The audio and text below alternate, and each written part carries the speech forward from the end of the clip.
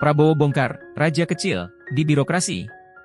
Siapa yang terganggu dengan efisiensi Rp306,7 triliun? Presiden Prabowo Subianto kembali menggebrak. Dalam pidatonya di Kongres ke-18 Muslimat NU di Surabaya pada 10 Februari 2025, Prabowo mengungkap keberadaan raja kecil di birokrasi yang berusaha menggagalkan kebijakan efisiensi anggaran. Pernyataannya sontak memicu perbincangan hangat di berbagai kalangan, dari birokrat hingga masyarakat umum. Namun, siapa sebenarnya yang merasa terganggu dengan langkah ini? Prabowo menegaskan bahwa kebijakan efisiensi anggaran bukan sekadar wacana, melainkan langkah konkret yang telah dirancang untuk menghemat hingga Rp306,7 triliun. Dana ini akan dialokasikan untuk program-program prioritas seperti makan bergizi gratis bagi anak sekolah serta perbaikan sekolah-sekolah yang rusak. Jangan ada raja kecil yang menghalangi niat baik ini.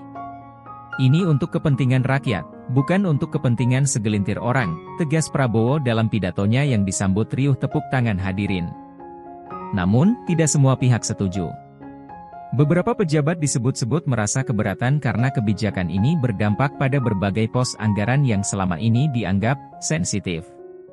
Dalam pernyataannya, Prabowo juga mengkritik anggaran untuk perjalanan dinas luar negeri yang dianggap tidak efisien serta pelaksanaan Forum Group Discussion, FGD, yang terlalu sering dan boros anggaran. Kita tidak anti perjalanan dinas, tapi harus jelas manfaatnya.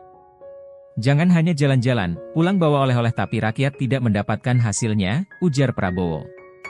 Ia juga menyebut bahwa FGD seharusnya benar-benar menghasilkan solusi nyata, bukan sekadar seremoni yang menghabiskan anggaran tanpa dampak signifikan. Pernyataan Prabowo langsung mendapat respons dari berbagai pihak, termasuk DPR. Beberapa anggota DPR mendukung kebijakan efisiensi ini, namun ada juga yang mempertanyakan dampaknya terhadap sektor ekonomi, terutama dalam industri konstruksi yang selama ini bergantung pada proyek pemerintah. Kita harus hati-hati dalam memotong anggaran. Jangan sampai sektor konstruksi terpukul dan terjadi PHK massal, ujar seorang anggota DPR yang meminta kebijakan ini dikaji lebih lanjut. Namun, pemerintah meyakinkan bahwa efisiensi ini tidak akan menghambat pembangunan. Justru, anggaran yang selama ini kurang tepat sasaran akan dialihkan ke proyek-proyek yang benar-benar berdampak bagi rakyat. Pertanyaan besar yang muncul adalah siapa sebenarnya yang merasa terganggu dengan kebijakan ini? Apakah mereka yang selama ini menikmati anggaran perjalanan dinas dan FGD?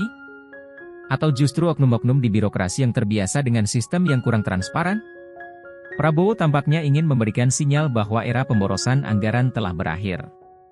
Namun, jalan menuju efisiensi tidak akan mudah. Tantangan terbesar adalah memastikan kebijakan ini berjalan efektif tanpa menimbulkan gejolak yang merugikan sektor lain. Pernyataan Prabowo tentang raja kecil di birokrasi adalah peringatan keras bagi siapapun yang menghambat reformasi anggaran.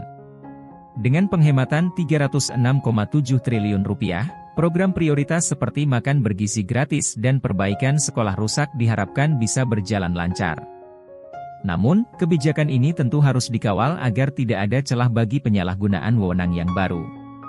Publik perlu terus mengawasi, sementara pemerintah harus memastikan transparansi dan efektivitas dalam implementasi kebijakan ini.